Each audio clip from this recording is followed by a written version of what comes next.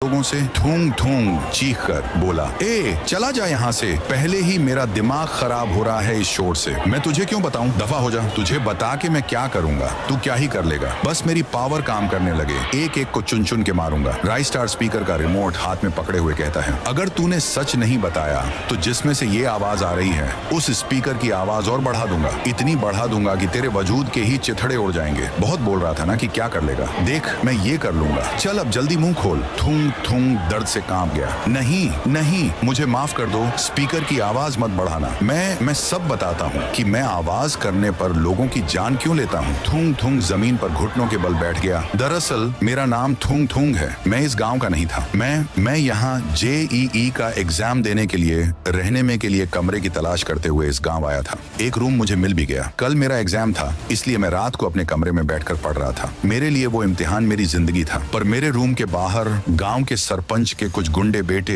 नशे की हालत में गाने की आवाज फुल बढ़ाकर नाच रहे थे, गालियां बक रहे थे। मुझे उनकी गानों के आवाज से पढ़ने में डिस्टर्ब हो रहा था। मैं बस उनके पास गया और उनसे मिन्नत की, भाई प्लीज आवाज कम कर लो यार, कल मेरा पेपर है, मेरी जिंदगी का सवाल है, मुझे तुम्हारे आवाज से डिस्टर्बेंस हो रही है। पर वो जानवर, उन्होंने मेरी एक न सुनी, उल्टा मुझे ही गाली बकने लगे। देख रहे बिडू, लोग आज तक अपुन से किसी ने सर उठा के भी बात नहीं करी, और ये पढ़ाकू बंदर जैसा दिखने वाला लड़का अपुन को ज्ञान पेल रहा है और हमारी पार्टी को खराब कर दे लिए है इसने। बेटा कल मिल तू, तुझे बताता हूँ अपुन की हट के लिए। अब उसने जैसा कहा था वैसा ही हुआ। उन्होंने मुझे घर से पकड़कर गांव के बीच में लेकर आए। वहां लोगों की सभा बिठाई गई। फिर सरपंच के बेटे ने मुझ पर झूठा इल्जाम डाला। अरे गांव वालों, ये पढ़ाकू बंदर जैसा दिखने वाला लड़का कोई स्टूडेंट नहीं है, बल्कि चोर है।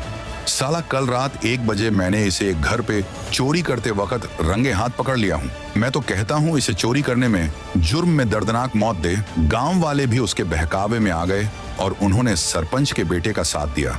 उसके बाद मेरा सर ही काट डाला। मैं दर्द से चिल्लाता रहा। उसके बाद वह तीनों ही जीप में बैठकर दूसरे गांव में रहने के लिए चले गए। मुझे इंसाफ नहीं मिला, मुझे उनको जान से मारना है। मेरी तरह उन्हें भी दर्द देना चाहता हूँ। मेरी पढ़ाई, मेरे सपने, मेरी आवाज, सब कुछ उस रात के शोर में दफन हो गया। बस तभी मैंने कसम खाई कि अगर मेरी मदद की आवाज किसी ने नहीं सुनी तो आज के बाद इस गांव में 7 बजे के बाद कोई और आवाज कभी नहीं गूंजेगी। जो आवाज करेगा वो मेरे अंजाम को पहुंचेगा।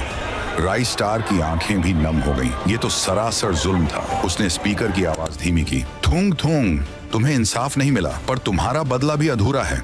तुम्हारे असली गुनहगार वो गुंडे और वो सरपंच का बेटा, इन्हें तुम्हारे पास जरूर लाऊंगा। अगले गांव की सुबह राइस स्टार ने वह 3 गुंडों को पकड़कर गांव वालों के सामने ले आया। उन्हें भी उसी सूखे पेड़ पर उल्टा टांगा और लोगों के सामने राइस स्टार ने उन तीनों का भी सर एक ही बार में धड़ से अलग कर दिया। थूंग थूंग